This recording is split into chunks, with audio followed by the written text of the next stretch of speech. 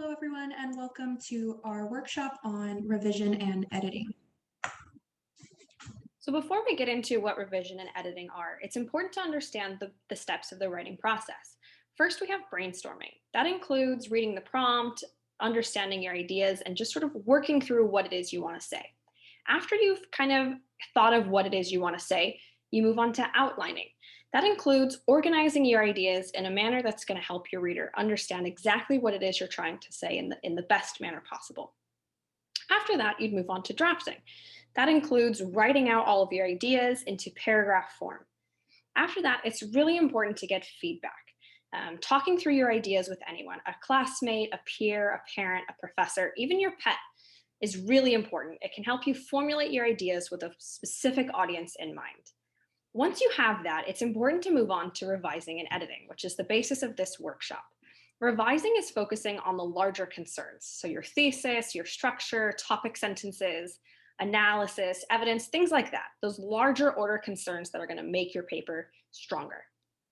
After you're confident with that, you'd move on to editing, which is the final stage in the writing process before submission. This includes focusing on the smaller concerns. So your grammar, your spelling, punctuation, things like that. So one important part of the writing process is revision. So as we kind of outlined before, you're going to want to continuously going through that process, getting that feedback, communicating with others your ideas, and throughout that your paper is going to change. So revision is always necessary and all good writers revise.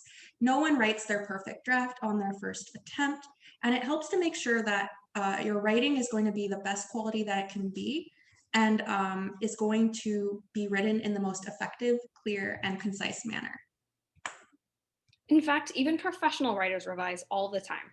This is a quote by Anne Lamott from her piece Shitty First Drafts, found in her larger book, Bird by Bird. Anne Lamott says, "The whole thing would be so long and incoherent and hideous. I'd worry that people would read what I'd written. I'd panicked because my talent was waning and my mind was shot. The next day, I'd sit down, go through it all with a colored pen, take out everything I possibly could, find the new lead somewhere on the second page, figure out a kicky place to end it, and then write a second draft. It always turned out fine, sometimes even funny and weird and helpful. I'd go over it one more time and mail it in." So as you can see, even professional writers understand the importance of revision.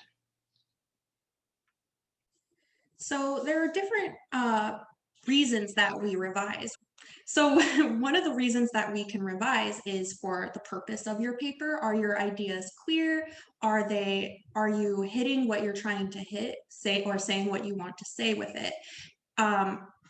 Is your writing cohesive? And by that, does everything flow together? Does each point you're making make sense and have a logical consistency to it? And of course, grammar, right? There's always going to be wonky sentences. There's always going to be some areas where writing isn't as strong, where we can always touch it up. So as you continue to revise, it's important to recognize what you're trying to fix as you go through. So we've devised a 4-step plan that can kind of help walk you through the revising and editing stages. So try following this 4-step plan for revision. It will take you through, like I said, the revising and editing stages of the writing process. They require you to read and reread your draft, taking special notice of your writing. So as you go through each step, reread your paper and see if you can answer each of the questions. At each stage, try pausing this workshop, read your paper, and see if you can answer the questions on each slide. So step one would be looking at the big picture ideas. So you're going to want to look at the draft in terms of its larger, more abstract qualities. Some of the questions you can ask yourself is the original purpose of the writing fulfilled? Or in other words, does it answer the prompt if there's a prompt guiding your writing? Does the writing cover the required material? Again, if you're writing to a prompt, are you addressing all the specific points that you need to hit? Has the writing addressed the specific audience? Whenever we write, we're not writing in a vacuum. Is your writing effective for the audience that's supposed to be for? Does the overall structure seem sensible in terms of your intentions? Is the paper well organized? Are there unnecessary paragraphs or sentences throughout? Is your sense of authority over the topic clear? Is your paper written directly Are there any areas where you maybe undermine your points that you might want to edit out? All these larger issues are what you're going to want to first look at. So once you're confident with the big picture and all of the answers to those questions are yes, move on to step 2. So step 2 is focusing on development. So in this stage, you're going to look at the draft in terms of your support and your evidence. So does the main idea of the paper have enough supporting material? This basically means, do you have enough evidence to convince your reader that what you're saying is accurate and truthful? The second question you want to ask is, does the supporting material relate logically to the main idea?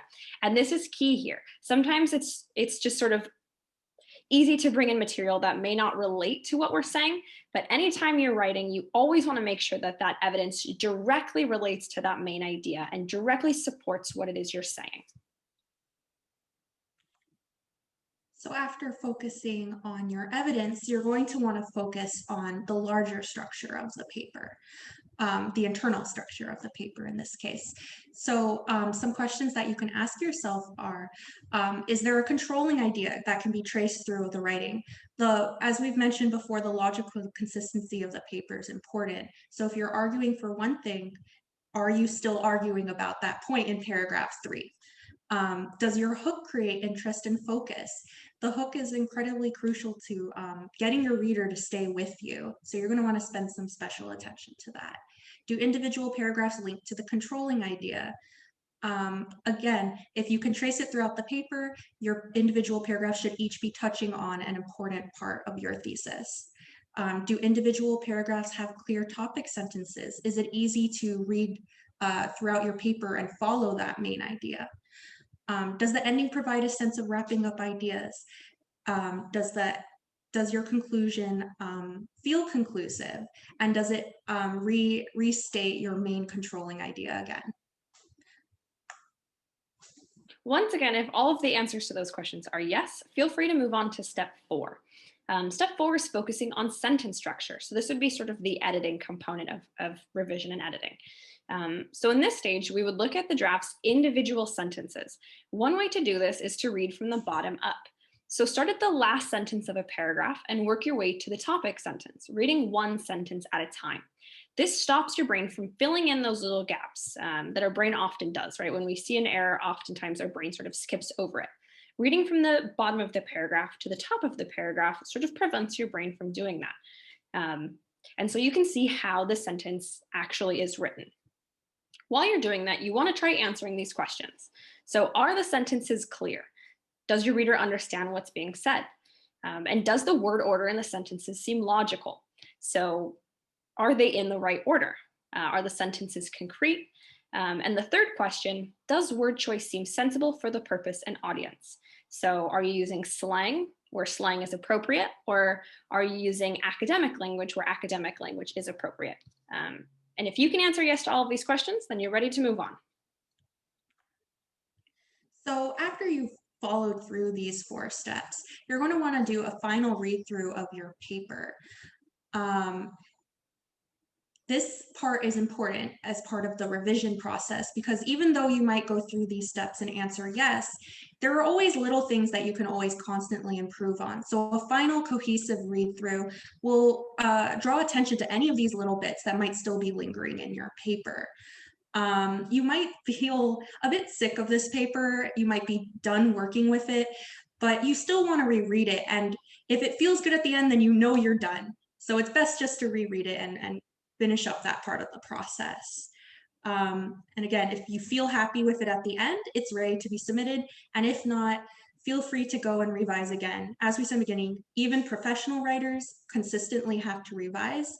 And just because you have to continue to revise does not mean that the writing's a failure. It just means you're producing an even better piece of writing. Good luck.